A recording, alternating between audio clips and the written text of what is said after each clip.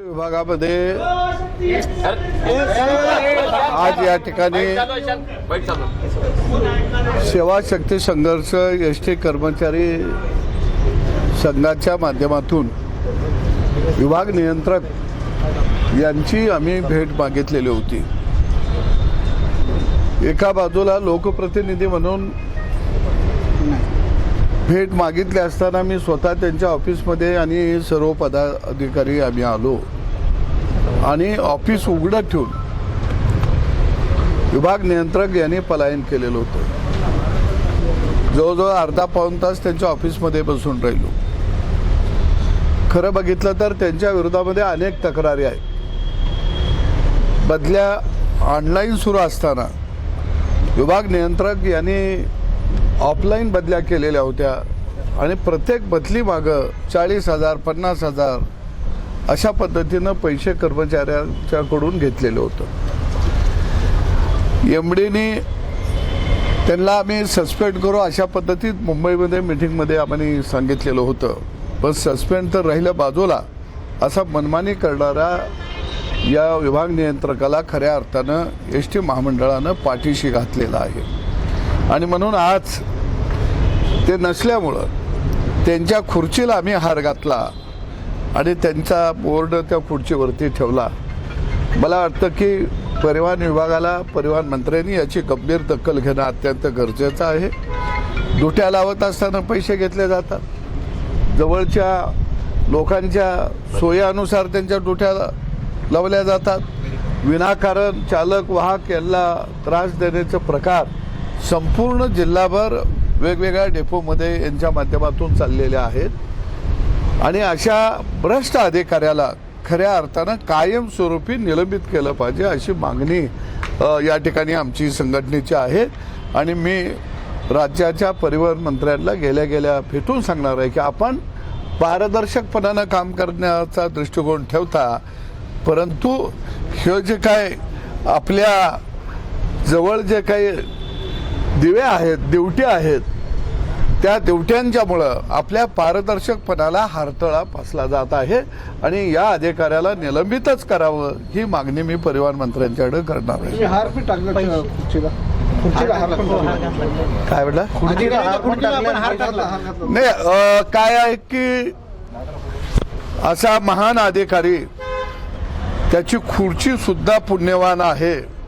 आम्हाला वाटलं की हे महाशय खुर्चीमध्ये बसलेले नाहीत, पण ते ज्या खुर्चीमध्ये बसतात ही खुर्ची परिवहन विभागामध्ये एक आदर्श खुर्ची आहे आणि म्हणून आम्ही म्हटलं की त्या खुर्चीला हार घालू आणि आम्ही हार घातला आणि निघाल्याबरोबर ही अदृश्य शक्ती लगेच तिथं अवतरली। म्हणजे किती शक्तिमान हे आहेत हे यावरनं मला दिसून आलं।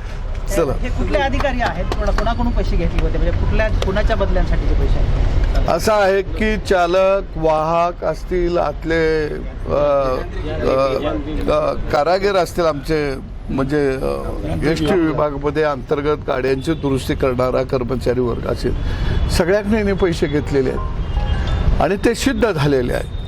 कारण ऑनलाईन बदल्या कराव्या असा एस टी महामंडळाचा आदेश असताना या बहादरानं ऑफलाईन बदल्या केल्या। म्हणजे मी एक लोकप्रतिनिधी म्हणून एका कर्मचाऱ्याची बदली करा म्हणून माझं पत्र मी स्वतः एमडीला भेटून दिल्यानंतर एमडीने मला प्रचंड ज्ञानाचे ढोस पाजले।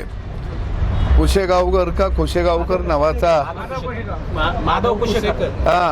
माधव कुशेकर नावाचा कुसड्या हा एमडी म्हणून आज एस टी महामंडळाचा महाराष्ट्रामध्ये बसलेला आहे आणि हा माधवच आहे, ब्रह्ममान असणारा।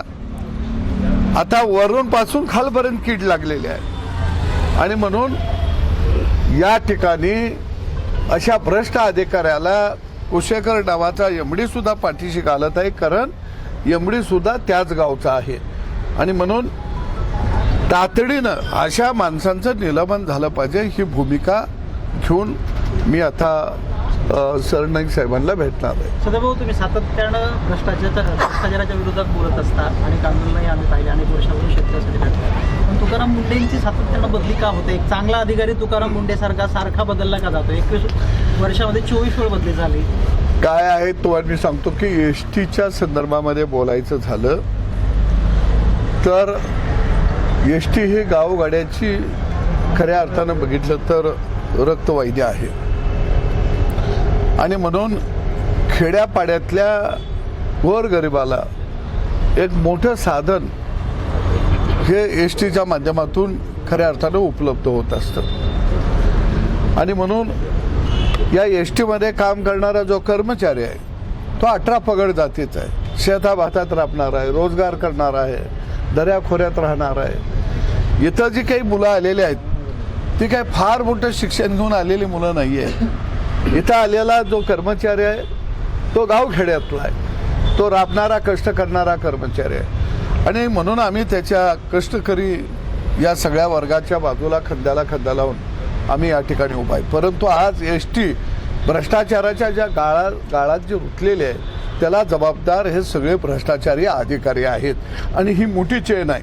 हे तोडण्याचा प्रयत्न आम्ही सातत्यानं करत आहोत.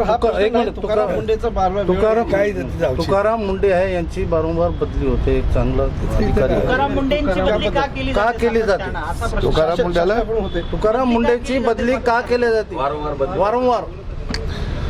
आता कसं आहे की मला माझे घराणं वारकरी संप्रदायातलं असल्यामुळं मला तुकाराम महाराजांच्या विषयी फार माहीत आहे.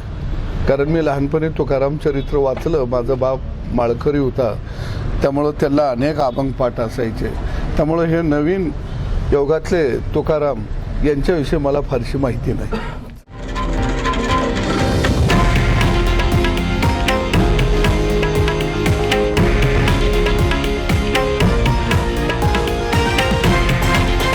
हे आहे देशातील नंबर 1 न्यूज नेटवर्क आणि आपण पाहत आहात TV9 मराठी, एकमेव.